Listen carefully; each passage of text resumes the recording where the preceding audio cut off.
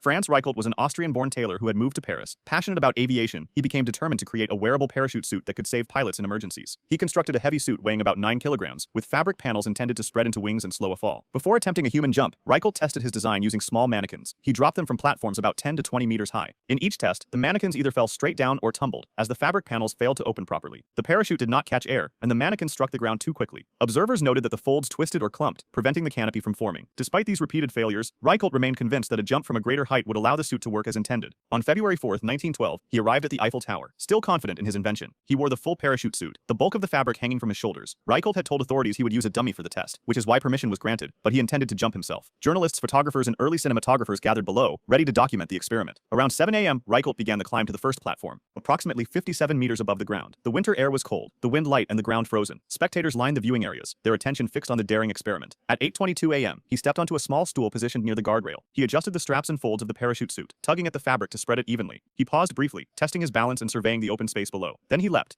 The parachute flared slightly, but the fabric failed to form a full canopy. It bunched around him, offering almost no resistance. Reichelt fell straight down, the suit clinging tightly to his body. The fall lasted approximately 4 seconds. He struck the frozen ground at the base of the tower. The impact was instantaneous and fatal, crushing his skull and breaking his body. The crowd reacted immediately, while journalists and cinematographers captured the entire sequence. Authorities documented the scene, noting the height, fall duration, and failure of the parachute. Newspapers across Paris reported the incident. The failed tests with mannequins and the fatal jump of Reichelt himself served as a stark demonstration of the dangers of untested inventions. Following the tragedy, authorities restricted experimental jumps from the Eiffel Tower. Steve Irwin, known across the globe as the crocodile hunter, spent his life working closely with wild animals, often placing himself in risky, sometimes dangerous situations in order to both educate and entertain millions of people. On September 4, 2006, he was filming near Bat Reef, a section of the Great Barrier Reef in Queensland, Australia. The main documentary he had been working on, Ocean's Deadliest, had been delayed due to poor weather conditions. So Steve decided to take the opportunity to film extra segments for his daughter's program,